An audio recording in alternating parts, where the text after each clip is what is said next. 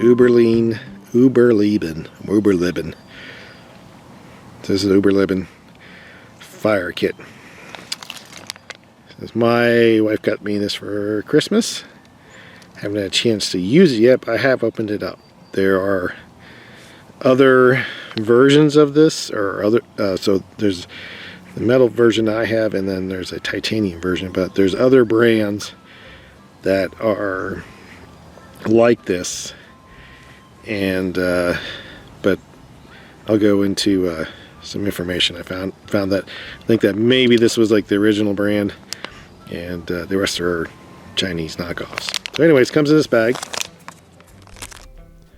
When I looked on the Amazon site for similar items like the Stoker, I noticed that while they seemed the same and they had small differences here and there, and the prices were cheaper, so I checked in on the description and noticed that some of the images were cheap, and they didn't really say what type of metal was used, just that it was strong steel.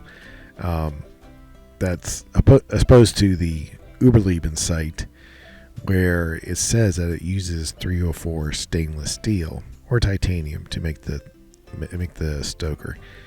Also on the Überleben site, it did have other products for camping, and this made me believe that they were actually a legit company, that they were actually doing more than just posting up some Chinese knockoff. There's also over 1,000 reviews for the Stoker as opposed to the other items, and even in the Amazon description it says 304 stainless steel.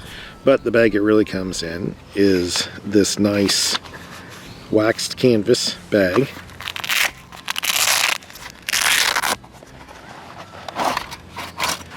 And it comes with absolutely no instructions. But this looks like the top, this is the bottom grid. And then you just stick it together. Now, when I first tried to put this together, I ran into the same issue as a lot of people were claiming, and they're saying this is like really hard to put together, and I cut my fingers trying to put this together, and I was like, yeah, that's an agreement there. That is definitely, what is, it happens. But then I was like, well, there's got to be an easy solution to that, and the easy solution to that is I took my multi-tool, or you can just take a screwdriver, and I just tweaked the all these openings to make them wider. That was it. So obviously I missed a step here, so I got to do that first. But so before you start putting this together, if you get one of these, is make those things a little wider, and then you won't cut your fingers and everything trying to put it together.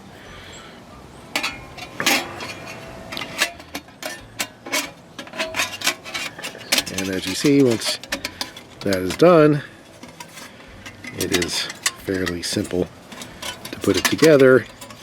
There's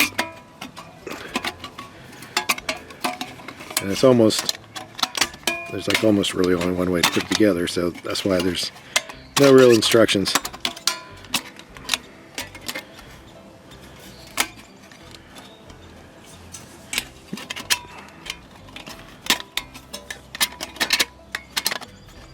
Alright,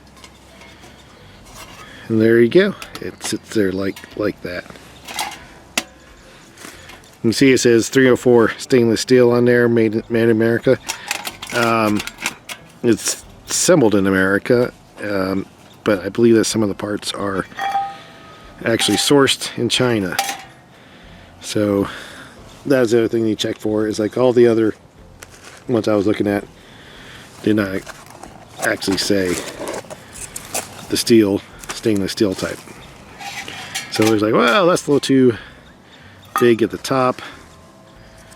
Well, also comes with these two little pieces. which you don't have to adjust. And alright, come on. Yep, they fit right like that. The rocks aren't very narrow. So now the cup can sit just like that. Now for starting, the easiest way to get wood in there is put it through the top, but then you got this hole here, so you can put wood in through the side. And like I said, I have not done one of these before, so we'll have to see how easy it is to get a bunch of wood in here, because obviously you need a good amount of wood to start and or to get it hot enough to cook. And you can't really stick any really thick branches in here. Maybe like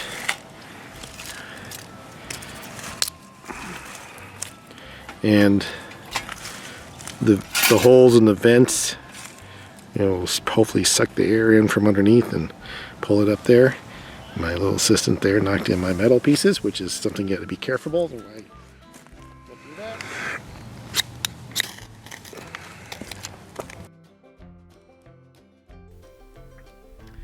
In the end, it took me several tries and about 30 minutes to get things started. What it took was putting several pieces of fat wood underneath and kind of inside the rest of the twigs, and then using the rope, several pieces of the fire rope, and getting that started. The fat wood definitely kept things lit, and the rest of the tinder stayed lit. Not the easiest way to start a fire when you're used to starting a fire in an open space, but I guess after using it several times, I probably could get used to how to do it and figure out the easiest way to get it started.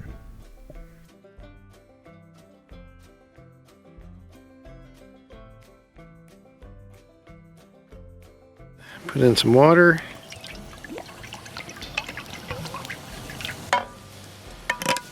And we're going to see if we can boil some water at this point.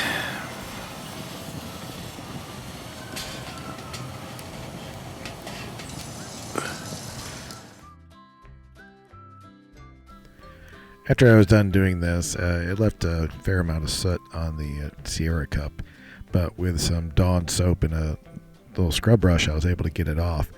I am going to try it later at some point to try to see if I can boil some water without getting all the soot on the cup. I think it's pretty much to let the ashes build up and not have the fire going as much, and see if that heat from the ashes would work, because the heat of the can there is pretty hot in general.